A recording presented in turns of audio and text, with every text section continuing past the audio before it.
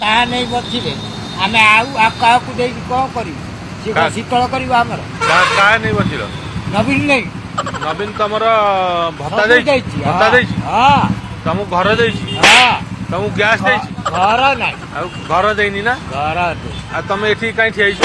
ଘରଟା ମଫସଲ ମାନେ ଦେଇଛି ନା। ତମକୁ ଦେଇଛି କି? ଆମକୁ ଦେଇଛି। ଆଉ ତମକୁ ଦେଇନି ତମେ କାହିଁ ଇଏ ତାଙ୍କ ଓତରି ପିନ୍ଧିଛ? ଉତ୍ତରୀ ପିନ୍ଧିଛ ଆମର ଦାନା ଦେଇଛି। କୋଉ ଦାନା? ମହିଳା ସମିତି ଦାନା। ତମେ କ'ଣ ପାଇଛ? ଶ୍ରମିକ ଦିବସ ଦାନା। ତମେ କ'ଣ ପାଇଛ? ଆମେ ଭତ୍ତା ପାଇଁ ଆଇଛୁ। ଭତ୍ତା କେତେ ଟଙ୍କା ପାଇଛ? ପାଉଛୁ 500 ଟଙ୍କା ପାଇଛୁ। ଆଜି କ'ଣ ପାଇଁ ଆସିଥିଲ? ଆଜି ଆଇଛୁ 500 ଟଙ୍କା ପାଇଛୁ। ମାଲ ପିଇଛୁ, ଖାଇଛୁ, ସବୁ କରିଛୁ। କ'ଣ ପାଇଁ ଆଇଛ?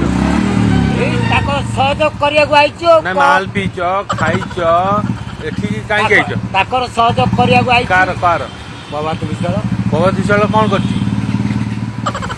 ରାଲି ନମିନେସନ ତାଙ୍କ ପୁଅର କରିଛି। ତମେ ଆସିଛ ତାଙ୍କ ରାଲିରେ ନା? ଆଉ ତମେ ଖାଇସାରିଲଣି? ତାଙ୍କ ରାଲି ସରିଗଲାଣି? ଆଜ୍ଞା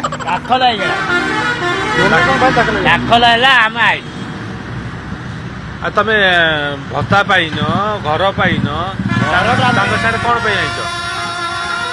ଭତ୍ତାଟା ମିଳିଛି। ମହିଳା ସମିତି ମୋ ସ୍ତ୍ରୀ ପାଇଲା। ତାପରେ ମୋ ଶ୍ରମିକ ଦିବସରେ ସାଇକେଲ ପାଇଲି, 12,000 ଟଙ୍କା ପାଇଲି। ସେ ଶ୍ରମିକ ସ୍ତ୍ରୀ ବି ପାଇଲା। ଶ୍ରମିକ ଯୋଜନା ହେଉଛି କେନ୍ଦ୍ର ସରକାରଙ୍କର। ଆପଣଙ୍କ ଘର କୋଉଠି?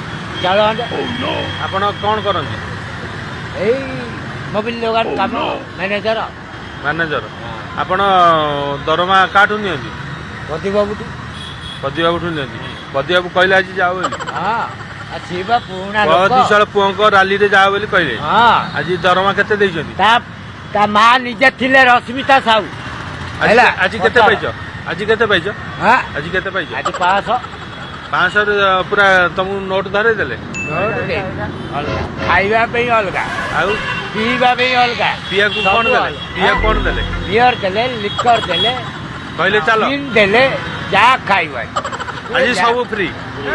ଜୟ ପ୍ରଭୁ, ଜୟ ଶ୍ରୀରାମ।